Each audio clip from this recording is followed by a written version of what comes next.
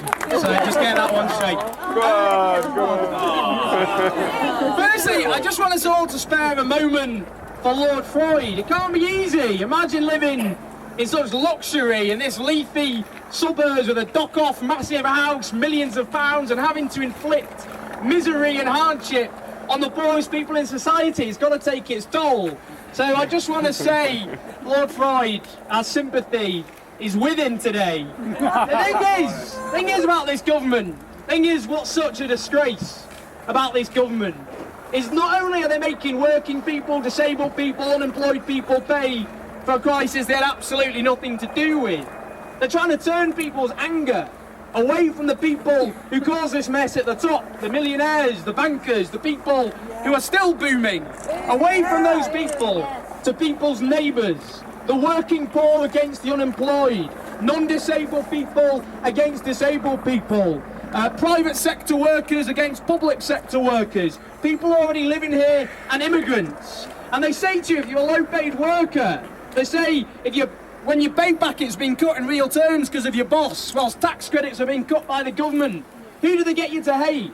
The scrounger down the road. If you're in the private sector and your pension's been taken away, as it has for so many private sector workers, who do they get you to hate? The nurse next door who still has her pension. And if you're struggling to make ends meet, who do they make you hate? The immigrant who has access to benefits which don't even exist. And it's the same argument each time.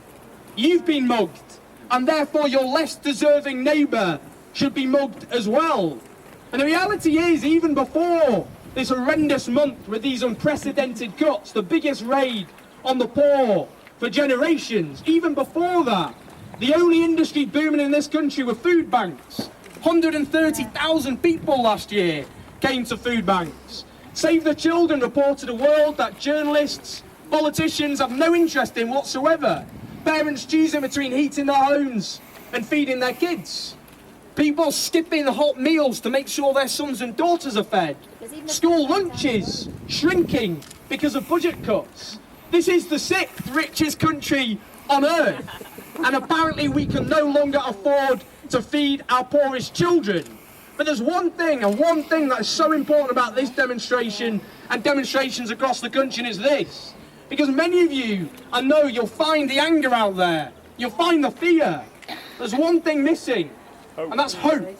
And it was Harvey Milk, the US civil rights politician and pioneer. And he said this: I know you cannot live on hope alone, but without it, life is not worth living.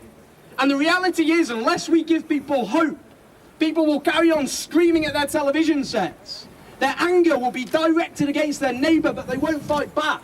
So we have to say this: instead of subsidising landlords with housing benefit, which is lining their pockets, not the tenants, let's control rents and build council housing to create jobs. Bring down the 5 million strong social housing waiting list. Instead of subsidising bosses with tax credits, which are subsidy for low pay, let's have a living wage in this country. Subsidising unemployment, let's create hundreds of thousands of renewable energy jobs, as they've done in Germany. It's not hard. Taking on the environmental crisis and the jobs crisis. Instead of just bailing out the banks and letting them carry on doing exactly what they want, let's take proper control of the banks that should rightly belong to us, the people who bailed them out. And instead of going on about benefit fraud all the time, which is worth £1.2 billion a year, let's talk about tax avoidance at the top, £25 billion every single year. That's what UK's got to done. And this is just what I want to end on, the power of protest.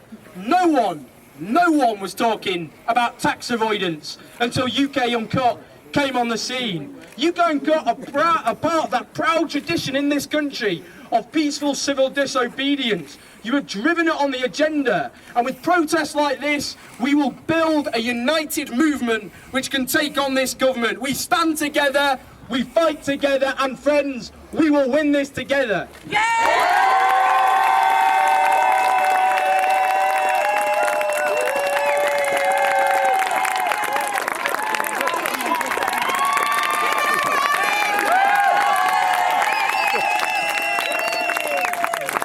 No pass around. We're going to have a short break. We're going to play